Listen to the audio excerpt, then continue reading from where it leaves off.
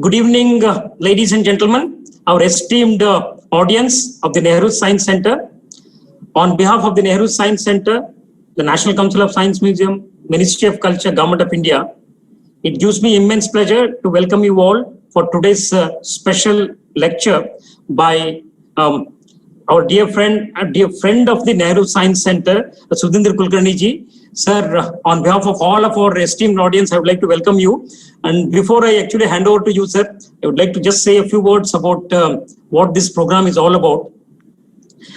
All of you must be aware that from 2nd October 1918, the Government of India befittingly announced that we should have 2 years of 150 years of the birth anniversary of the Mahatma.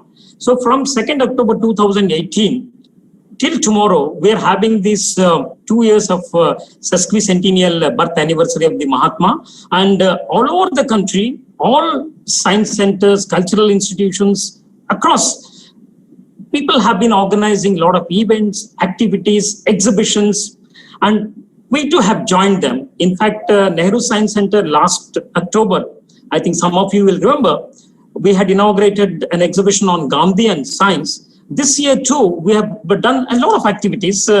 Just day before yesterday, we had a lecture on Gandhi and astronomy.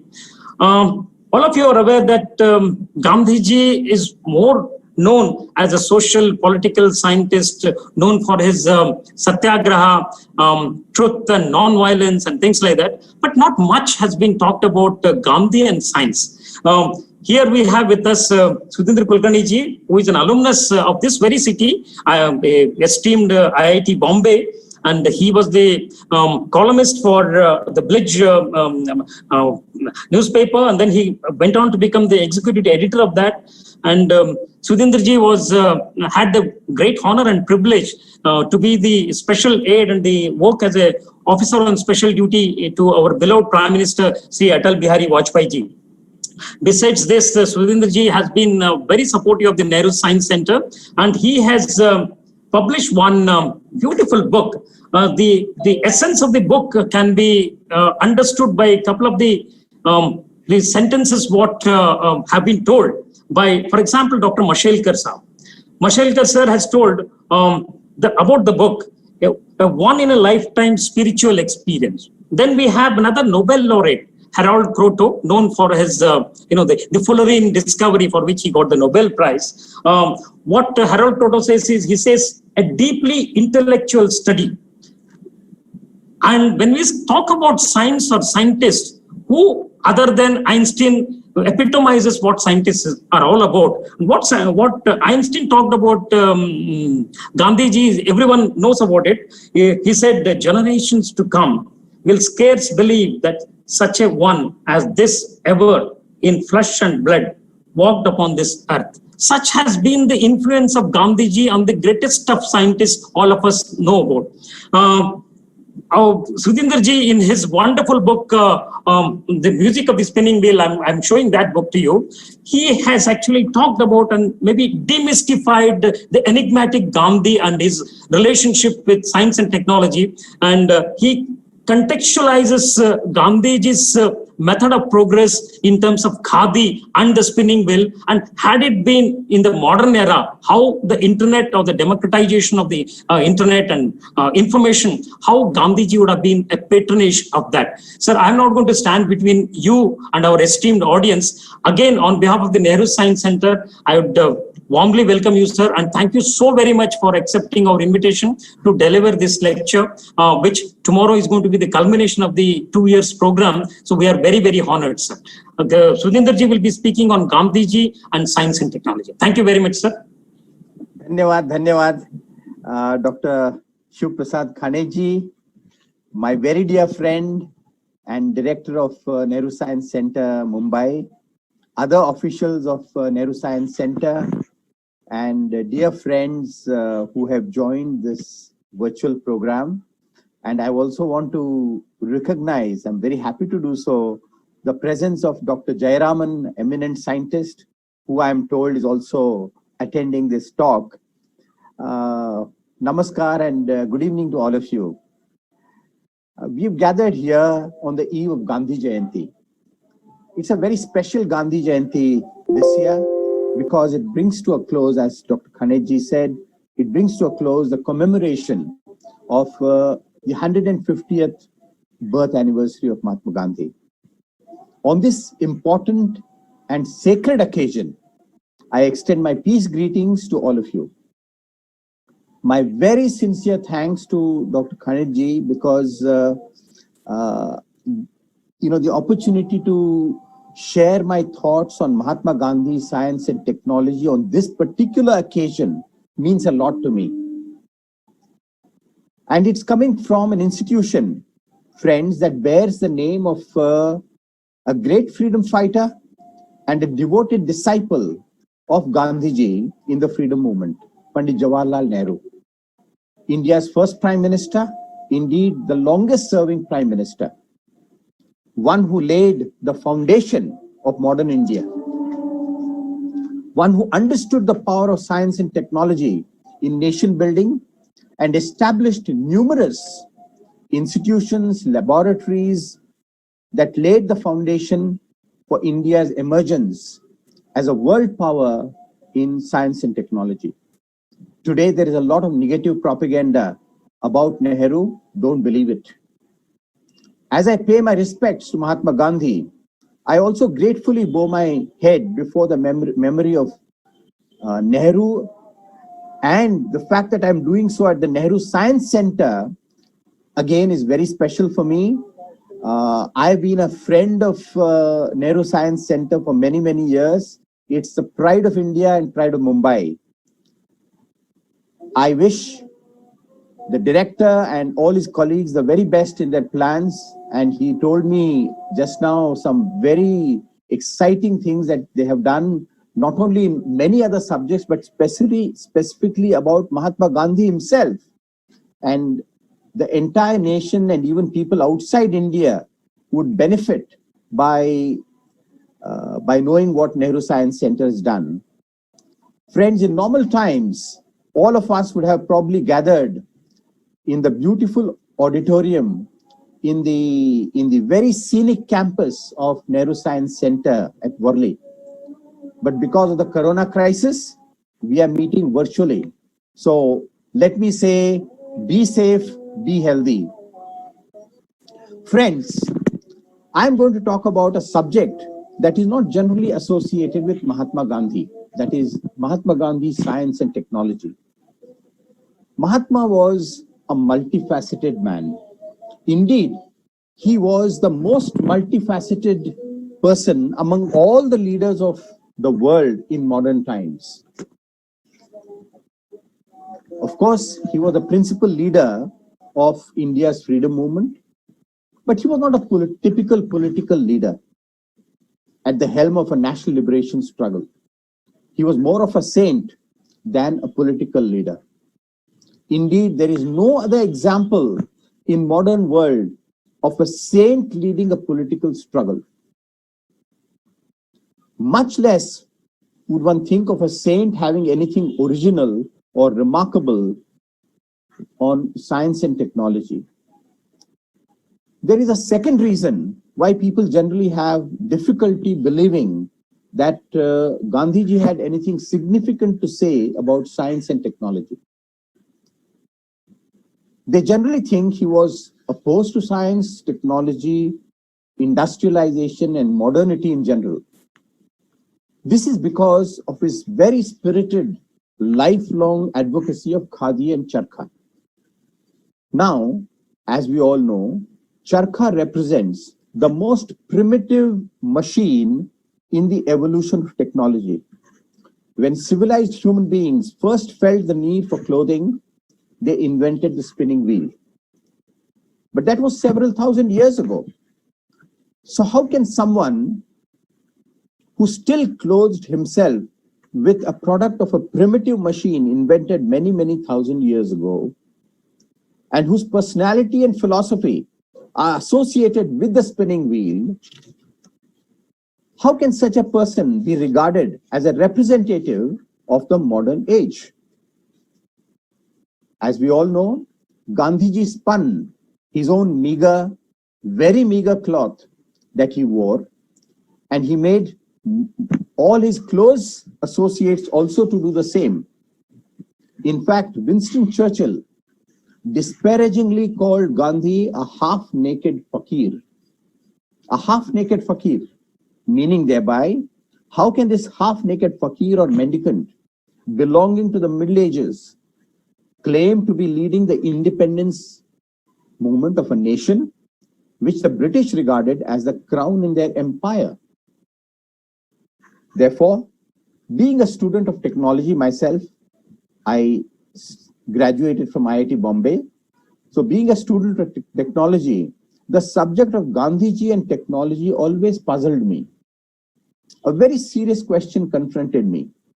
How can a man, howsoever great in his own time, be relevant in our technological age if he was opposed to modern science and technology? Not many people in the world dispute the fact that Gandhiji was a great man, indeed one of the greatest personalities of the 20th century. He was not only a proud Indian nationalist, but even equally a proud and passionate internationalist.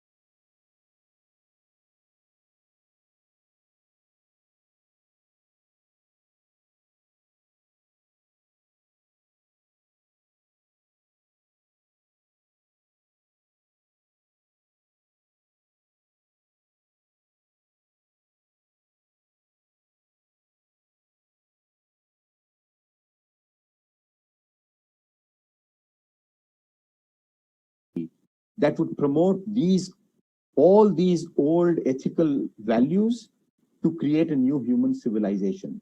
And here, friends, since we are having this program under the aegis of the Nehru Science Center, I would like to bring to your attention a very important correspondence that took place between Jawaharlal Nehru and Mahatma Gandhi in October 1945. Close to India gaining independence, it was known that India would be independent. So what should be the development paradigm of free India? On this subject, there was a exchange of letters between Nehruji and Gandhiji.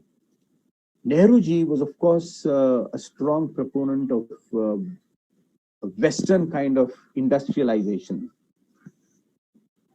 And he thought that Gandhiji would oppose this. Now, there is in his reply, Gandhiji says something very profound, very beautiful, and I would like to quote a few lines from that letter.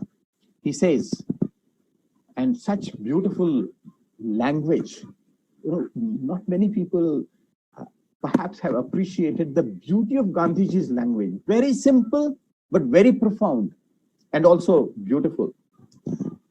While I admire modern science, I find that it is the old looked at in the true light of modern science, which should be reclothed and refashioned aright. While I admire modern science, I find that it is the old looked at in the true light of modern science, which should be reclothed and refashioned aright. You must not imagine that I am envisioning our village life as it is today. The village of my dreams is still in my mind, and it's very different. After all, every man lives in the world of his dreams. My ideal village of future will contain intelligent human beings. They will not live in dirt and darkness as animals. Men and women will live in freedom and be able to face the whole world. Look at his vision and his audacity to say that in every Indian village will live men and women in freedom and be able to face the whole world. There will be neither plague, nor cholera, nor smallpox. Nobody will be allowed to be idle, nor wallow in luxury. Everyone will have to contribute his quota of manual labor. Granting all this, I can still envisage a number of things that will have to be organized on a large scale. This is important. He says that I can still envisage a number of things that will have to be organized on a large scale. I do not want to draw, it is possible, he says, it is possible to envisage railways. People thought that he was opposed to railways. What is he telling Nehruji? He says that we should organize railways on a large scale. We should have post and telegraph. We should have modern industries. Now, when I came across this word telegraph, I was really struck, because telegraph in those days was the most modern, most advanced form of communication, state of the art. Now, what is the state of the art today? It is the internet. So I am convinced, that is the point when I was convinced that had Gandhiji been alive, where Gandhiji be alive today, he would have embraced the internet, because he wanted the entire world to be connected. And just now, my friend Dr. Khaneji said that in a very important project that they have developed, they have digitized as many as 30,000 letters that he wrote. 30,000. I mean, he was such a great letter writer, even small letters, but they are very meaningful. So he would have certainly embraced this new technology that has connected the entire world, because he believed that he said, I would like to live only in that world which is one, which is undivided. And the internet has actually brought the entire world together and made it one world. Friends, there is yet another very unique thing about Gandhiji's thoughts on science and technology. Because he believed that science and technology should be of that kind which also promote ethics and ethical values like honesty, like truthfulness. Now, let me give an example of how through Khadi, he really brought about an ethical, or at least tried to bring about an ethical revolution through Khadi and Charkha. And this is a real incident that happened in Mumbai, close to Nehru Science Center at Lamington Road. During the Second World War, a wealthy woman satyagrahi was arrested by the police, by the British, when she gave an anti-British speech in front of the Lamington Road police station in Mumbai. Usually the police allowed such protesters to visit their homes and bring their clothes and other essential things before being produced before the court and then sent to jail.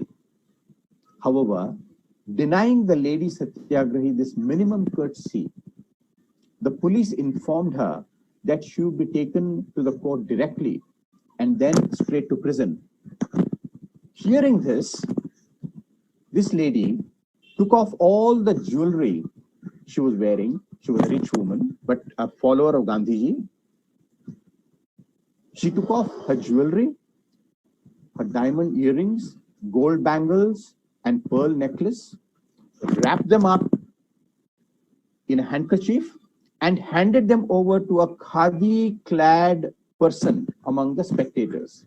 A person who was wearing khadi, she gave it this ornaments to him, and she said to him, "May I request you to give these ornaments to my folks at home, and here is the address." This man, in a state of utter disbelief, asked her, "I'm a total stranger. I don't know you, you don't know me. Don't you suspect that I might run away with these precious ornaments?" This lady Satyagrahi, this rich follower of Mahatma Gandhi, replied, "Brother, you have on your body Gandhiji's khadi. You are wearing Gandhiji's khadi. You won't commit the sin of running away with the ornaments which I have handed over to you in good faith." Because of khadi, the man complied with her request. This above episode shows how khadi and the spinning wheel became the embodiment and a silent messenger of moral regeneration of society. Friends, this is very important. We often think of science and technology, we put it in a completely different compartment and believe that this has nothing to do with the ethical state of our society. Gandhiji was different. Gandhiji believed that whatever science and technology we use and whatever products and services we create with those science and technology knowledge, it should lead to the moral regeneration of society. What a grand idea. So khadi for him was not just a cloth. It was not just a symbol for mobilizing people in the freedom movement. He was looking for a regenerated Indian society. Now, is it not our duty, friends, to therefore envision today's science and technology also apply the same yardstick? How can this lead to a more ethical society, a more non-violent society, a more honest society, a more sustainable society? Gandhiji says, a real khadi wearer will not utter an untruth. A real khadi wearer will labor no violence, no deceit, and no impurity. it's not surprising that, when he was spinning the wheel, he was actually meditating. So meditation and work for him was together. Another amazing concept. We normally think of work and prayer as separate, but for him, everything went together. The spinning wheel, there's lots and lots of writings of his which explain his philosophy of the spinning wheel. The spinning wheel, he says, is my way of being in contact with the divine. I am spinning and I listen to the music. I mean, it's an amazing Zen concept, because the spinning wheel doesn't create any sound and therefore no music. But he says that silence of the music itself is music. The silence of the spinning wheel itself is music. And that music is divine music. It connects me to my creator. So work as worship, work as a way of not only connecting with our fellow human beings, not only connecting with our natural surroundings, with Mother Nature, but also with the creator. This is Gandhiji's greatness. Now, the question, friends, why have I called the internet metaphorically an avatar of the spinning wheel? In the course of my study, I discovered to my own amazement that the future world shaped by digital technologies could well validate and actualize the fundamental philosophy of the spinning wheel, provided we use these digital technologies with wisdom, with ethical rectitude. This possibility has arisen because we now live in a networked global community in which the internet and digital technologies are providing intellectual and practical tools to the common people, to all the common people, to change social, political, and economic structures.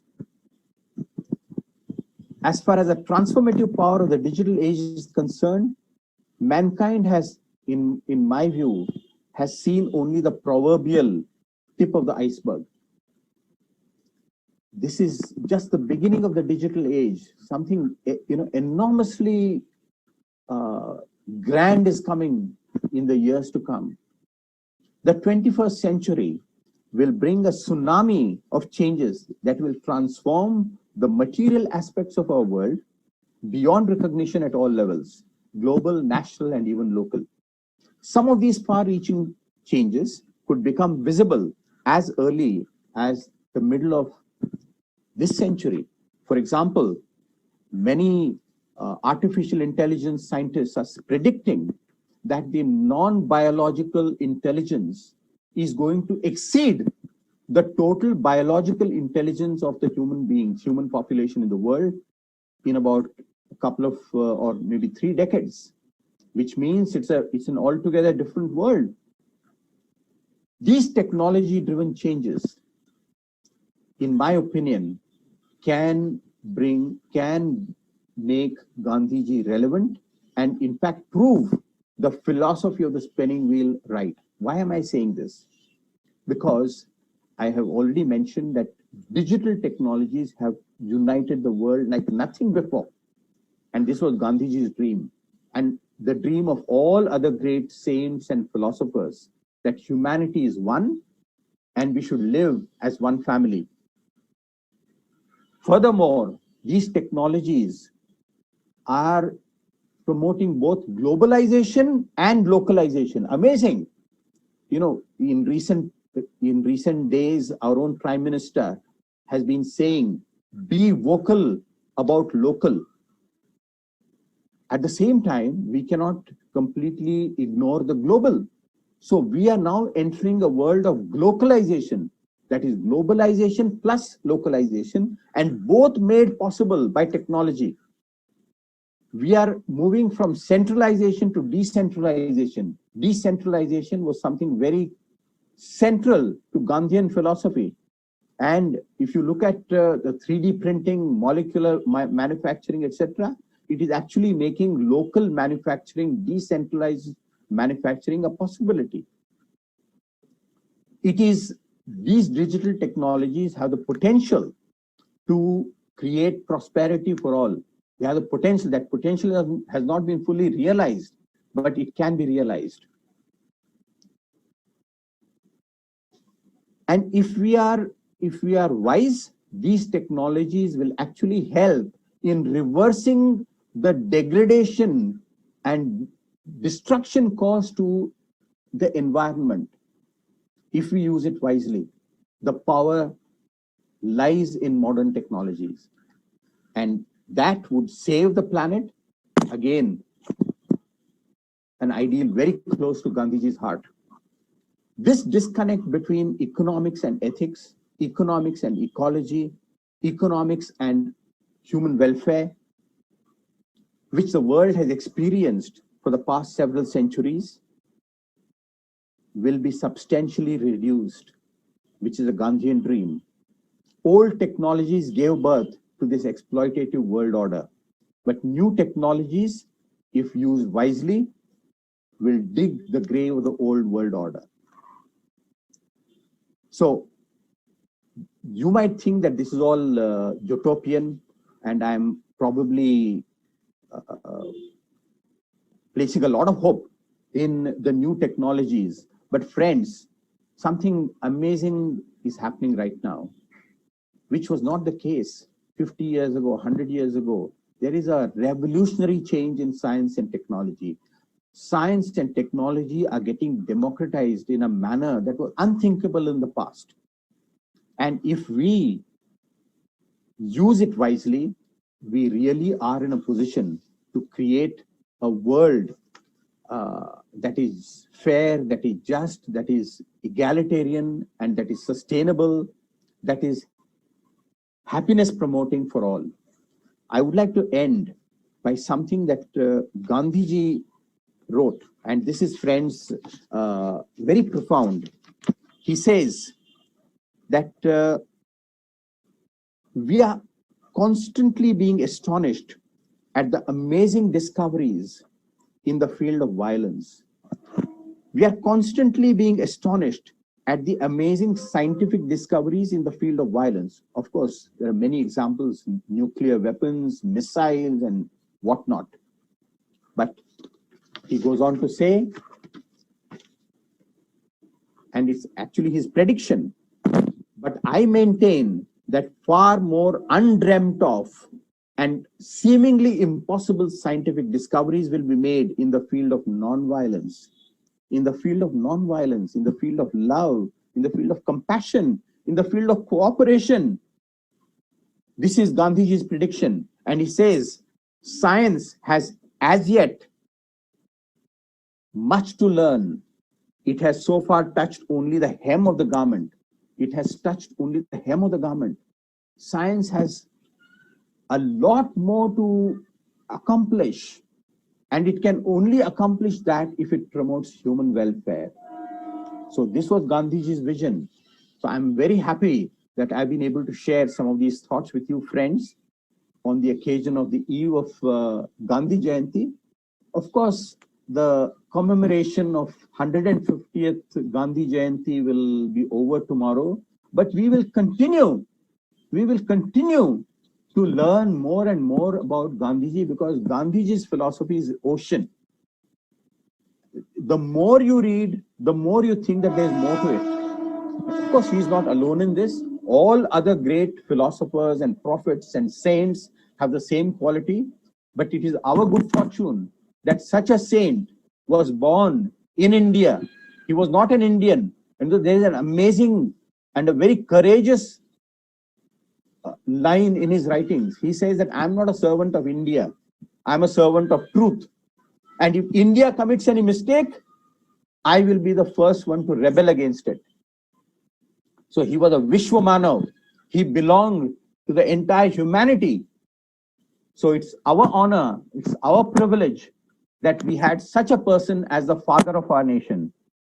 Let's follow his direction, his principles, of course, critically, not blindly. If we find that something is wrong, something is outdated in Gandhiji, we should discard it. Certainly not everything that he said is timeless, is permanent, but the essence, the core, is most certainly going to be guiding humanity's future for a long, long time to come. Thank you very much. Jai Hind and Jai Jagat. So it has been truly inspirational, and so much of Gandhian thoughts on science, and talking about your trying to equate that with the Millennium Development Goals, Sustainable Development Goals. I mean, there was in between some kind of a small disturbance, but we're going to, the recorded thing is there again to be coming live on the YouTube.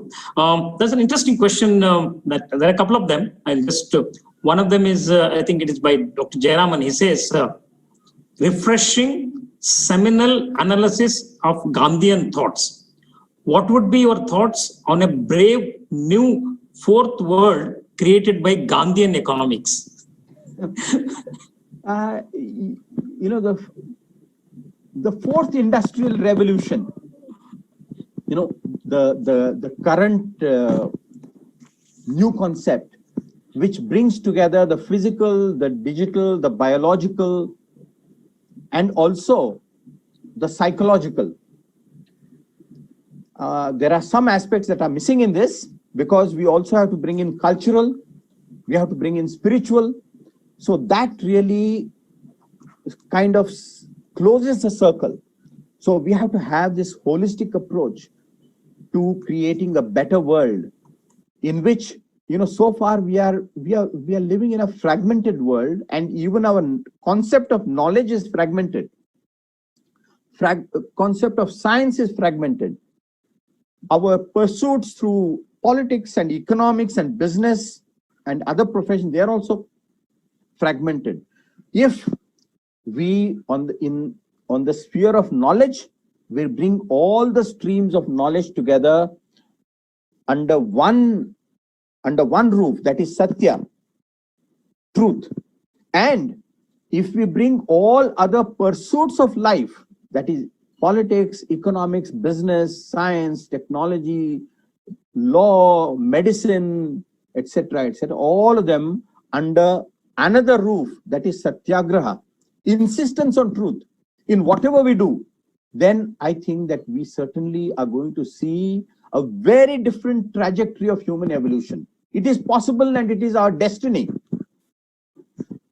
So I think, I'm not sure whether it is a teacher or a student, but a very interesting question. I think from KB school in some Delhi.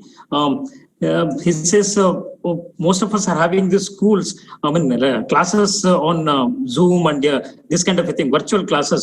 But there is a discrimination here. Some of us, he says, he calls himself a privileged one. Some of us are lucky to have this, but there are many of my, people who may not have this. So this discrimination, if Gandhiji was there, how he would have solved it?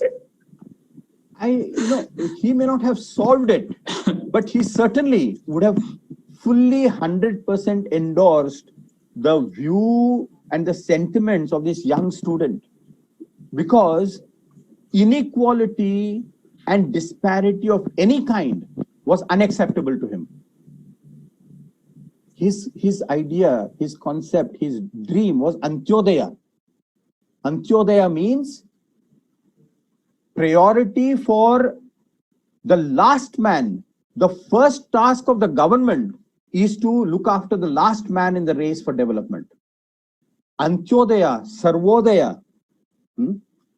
So these are the thoughts. So, and it is possible that in the digital age, it is possible to bring all these fruits to everyone. Look at the,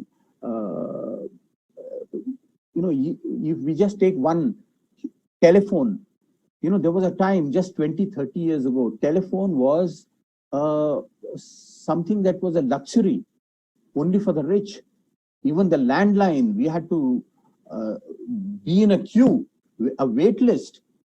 And when the cell phone was introduced, of course, it was something absolutely unthinkable and unaffordable. But today, anybody and everybody has it. But as this student rightly points out, we must have these basic provisions to every single student in India. every single person in India. So no digital haves and have-nots. This must be removed. It can be removed, and we should really encourage these young Indians to ask questions. They must never accept status quo. They must always ask tough questions and uncomfortable questions to elders. There's another interesting, I mean, more or less similar to that student's question. He says Gandhiji, although he had that eligible ticket and he was thrown out of the first class compartment in South Africa, for example, in India also, maybe we are all eligible for internet and other things. Are we, the way he was thrown out, is the Western world throwing us out from internet? I think that very good question, very imaginative question. And I happen to have visited that railway station in South Africa. In some ways, this old divide between East and West, in some ways, it is not relevant today, because we should really be grateful to the scientists and technologists of the West who have brought the digital revolution for the benefit of the entire world. Of course, they have certain practices which are exclusionary. It is our responsibility, both within our countries and also amongst countries, to make sure that no one is thrown out of this train that is the digital revolution. Sir, I think it is Samyukta Panigrahi or Umesh, one of them. Can you throw some light on scientific temper of which Nehruji used from Gandhiji's point of view? There was no contradiction between Gandhiji and Nehruji on this issue of scientific temper. Let me give an example. I mentioned that Gandhiji was both a practitioner and a proponent of nature cure and of non-Western medicine. So he wanted Ayurveda to flourish. But you know what? He told many of the acharyas of Ayurveda, I mean, he says very candidly, he says, don't make hyperbolic promises of what Ayurveda can do. Prove your claims. And if you cannot prove your claims, don't make those claims, which is scientific temper. There's another, I think this is Manjula Yadav. Which of the Gandhiji's thoughts you think are not relevant in today's world? Because you said you can ask questions. Gandhiji also can be asked questions. Of course. Do you think there is anything that it's not relevant today? Okay. I'll straight away say one thing, that his insistence on khadi and charkha is not any longer relevant. It was relevant at a certain point in our history, and he used it for his political mission, his cultural mission, his spiritual mission. But this is greatness of Gandhiji. He says that, again, scientific temper, he says that I am not adamant on the charkha. If there is some other innovation of technology in future that serves the same purpose of the charkha, I will be the first one to embrace it, he says. So he was not dogmatic about the charkha. And obviously, today we cannot expect, forget the rest of the world, we cannot even expect Indians to be using only khadi and charkha. But let's be clear about one thing. Whatever we wear, whatever other products of science and technology that we use, we should really ask ourselves, is it really promoting these ideals of a better world, a new world? I gave the example of how he said that a person wearing khadi should not be dishonest, should not be untruthful. I mean, this is, of course, the bar is very high. The bar that Gandhiji has set for something as mundane as clothing is very, very high. Yet, let us, I have used one term in my book, internet satyagrahi. Can we be, at least to some extent, all of us who use the internet, can we be to some extent, not to the extent that Gandhiji expected, can we be to some extent satyagrahis? That is, do the right thing. Do the right thing that helps others. So this is one thing that is outdated to answer this very important question that she has used. There are also other things that are outside the realm of science and technology, but let's not get into them. There'll be perhaps more people, because there was in between some problem was also there. I'm sure we'll have more and more questions. And this is something totally a new, eye opener for many. In fact, there is one Sudhakar Agarkar ji. He's eminent. I think he was with the Homi Bhabha Center for Science Education. He has started one very interesting thing, using augmented reality for education. He's actually bringing in, for example, the Atlas, bringing into 3D. For example, J.J. Thomson, how did he actually discover the electron? Everything 3D. He says, perhaps, if Gandhiji was there, maybe he would have promoted this. No, you are right. Because, as you mentioned before our program began, he was a person of immense curiosity. And curiosity is at the very root of all scientific pursuit and inquiry. I mentioned in my talk how he used to conduct experiments on the germs causing leprosy, because he was actually treating leprosy patients with his own hands. And leprosy was stigmatized those days, and even now it is. But just as he was using the microscope, he was also a lover of the telescope. Not many people know that when he was jailed in Yerawada prison in Pune, he got a friend of his in Mumbai to bring a telescope. And with the permission of the jail authorities, he got a telescope installed inside the jail, outside his cell. And every night, he used to do research on astronomy. And he has written on the subject. So, Gandhiji was a curious person. Nothing that was human was outside his gaze, his investigation. And here I would like to mention one more very important area, and it is linked to the previous question, what is outdated? All of us know that Gandhiji's thoughts on sex and sexuality are very controversial. In fact, there's a lot of misconception about what he actually said and what he did. I do not want to go into all the details, but let me say one thing. I have, in fact, devoted the longest chapter in my book to his experiments in Brahmacharya. His autobiography is Experiments with Truth.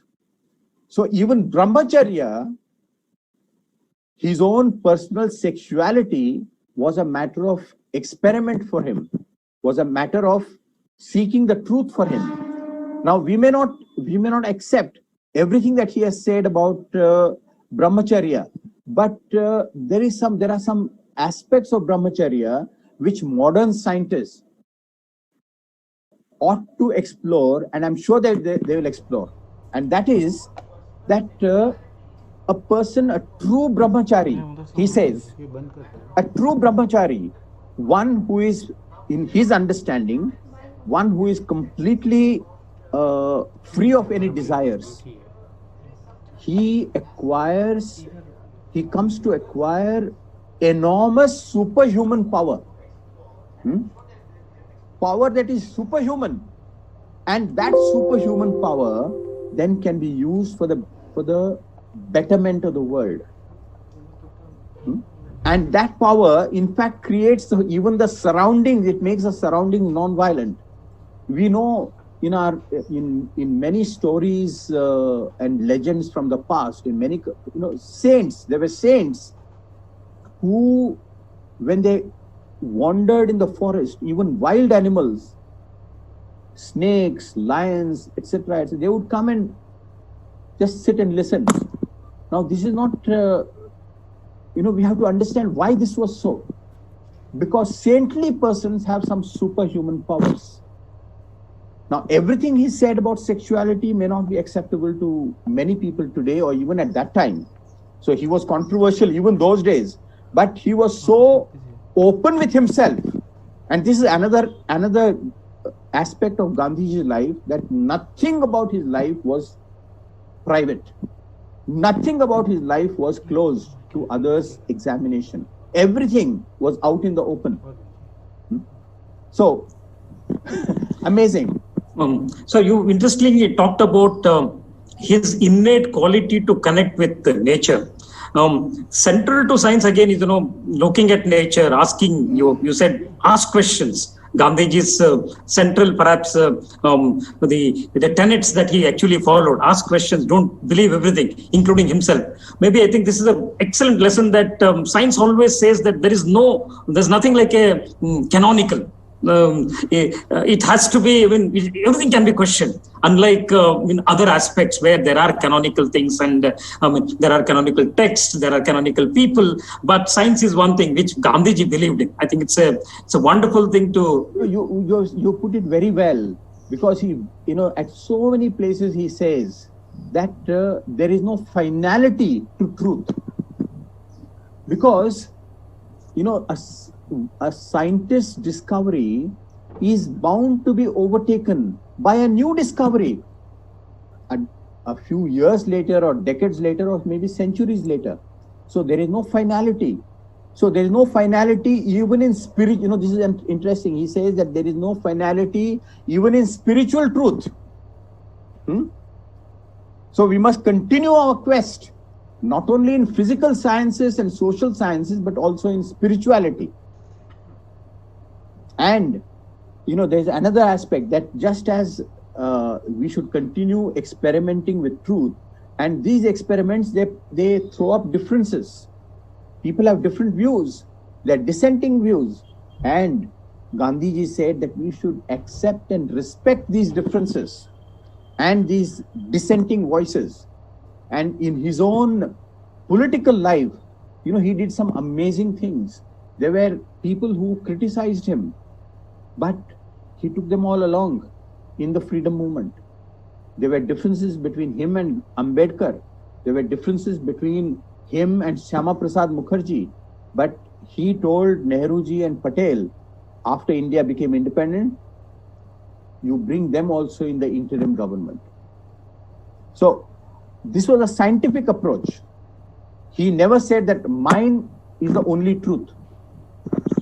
Sir, there's one of my colleagues is actually asking me to tell you that since you talked about Gandhiji's interest in telescope, and then he ensured that some of the Britishers also permitted an outsider to come and commission the telescope. He says tomorrow we are organizing a live Akash Darshan with whatever Gandhiji observed in Yerwada jail. The same constellation, same these things, we are going to show it live tomorrow night. That's wow. what...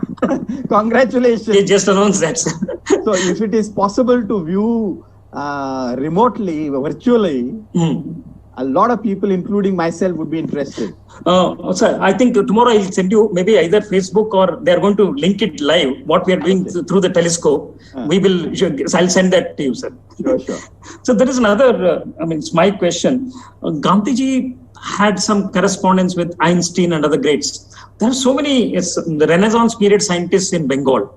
What was that? For example, Prafulla Chandra Ray was immensely influenced by Gandhiji. Similarly, others. So what kind of an exchange that he had?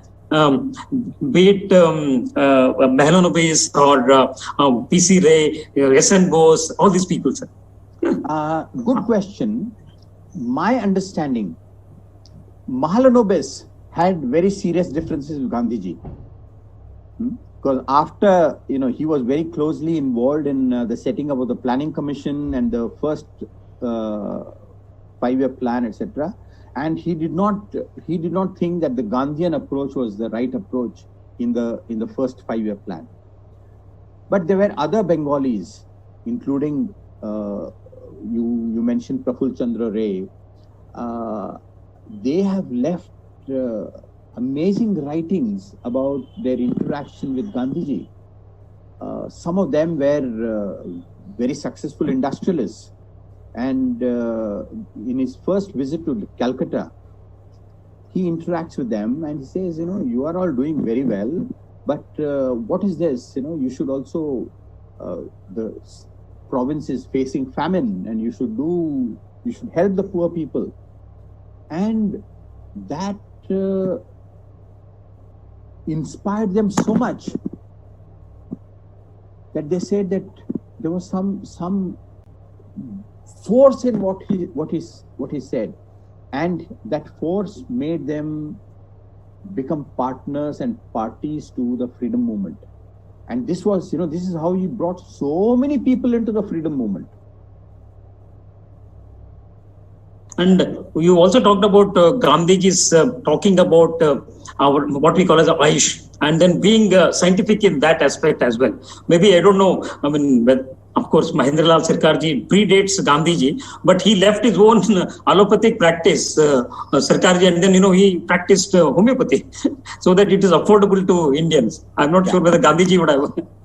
No, this was his test, that it should be affordable, it should be effective, it should be affordable. And this was his constant appeal to people in the medical profession. He was not opposed to the Western medicine per se. Of course, he did not, he tried his utmost not to use it himself or his wife. But he said that it should be affordable because health is a basic human right. So there is Dr. P.R. Vaidya. He says International Astronomy Union has named one star in the Cygnus constellation as Gandhi star in his centenary year in 1969. Oh. Dr. P.R. Vaidya is telling this. Oh, there's another one. I think it is Manas Bagchi. Sir, if he was otherwise science-minded, then why did he consider the earthquake as the curse of God? Good question. He had this understanding, and this comes in the early part of his life. When there was an earthquake in Bihar, he believed that our deviation from moral life causes certain natural mishaps. This was his belief. Of course, there is no scientific evidence to this. And therefore, this is something which cannot be accepted, even though it was told by Gandhiji. But in Gandhiji literature, a very interesting statement comes.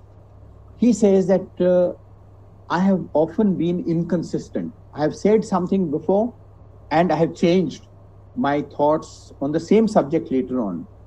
And this is natural to human beings. As we gather more experience and do more reflection. So he says, please accept my latest statements to be my representative views and discard the rest. I think what he said about the earthquake belongs to that category. So one, I think it's already, I want to tell the visitors also that since there was a noise in between, I thought it could be because of some fan. I switched off my fan, but then people told us still it is coming. Sir actually has switched off his fan also. In it, he is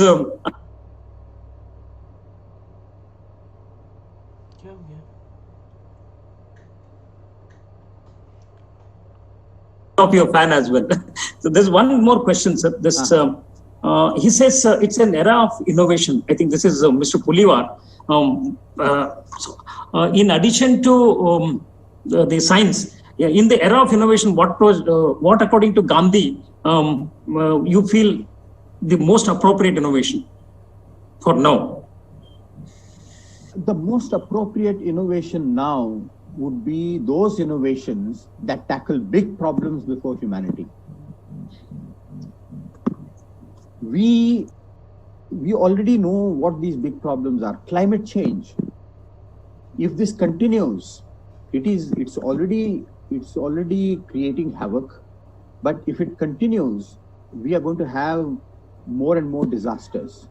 So therefore, can we have technological innovations, breakthrough innovations that actually help in mitigating climate change?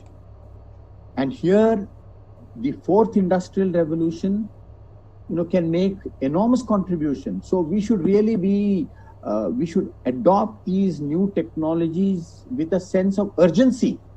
How can we reduce the carbon content of our economic activities? How can we save energy? How can we have more and more renewables? How can we have carbon capture and storage? So this is one area where we need very urgent, and only through global cooperation is it possible.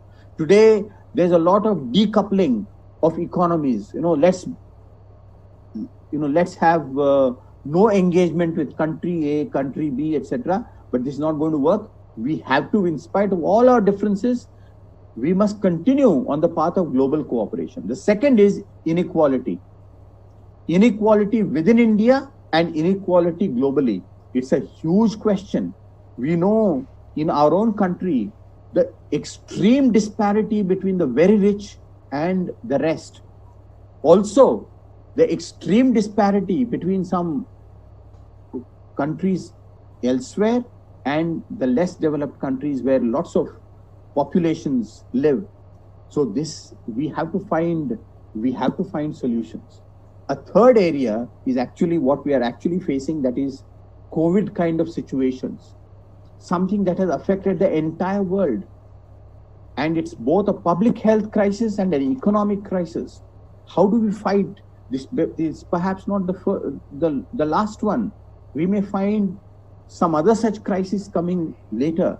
So how do we proactively counter? We may not counter every single crisis, not possible, but how do we become prepared for such crisis in a more resilient manner?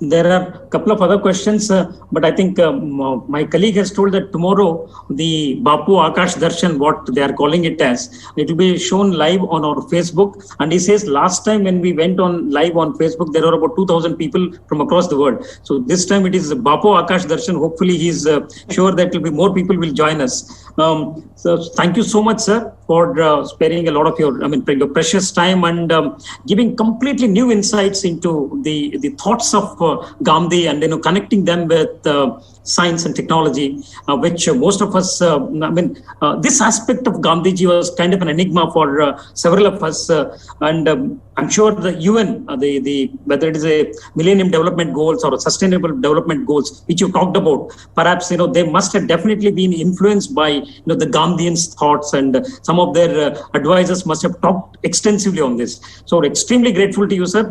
Thank you so much, and we look forward to having maybe another session on Gandhiji itself. So because there are several role models for example, in cricket, in film industry, but we as scientists never actually talked about Gandhi as a role model in science. Both the political scientists, the social scientists, they talk about Gandhiji as a role model. But then I think now we have a new norm now, which you have given us, that Gandhiji also can be thought of as an ideal, and which perhaps the greatest of science student that he was. Thank you so much, sir. Thank you for speaking. धन्यवाद. साठे ये कर सकते हैं, live बंद कर सकते हैं.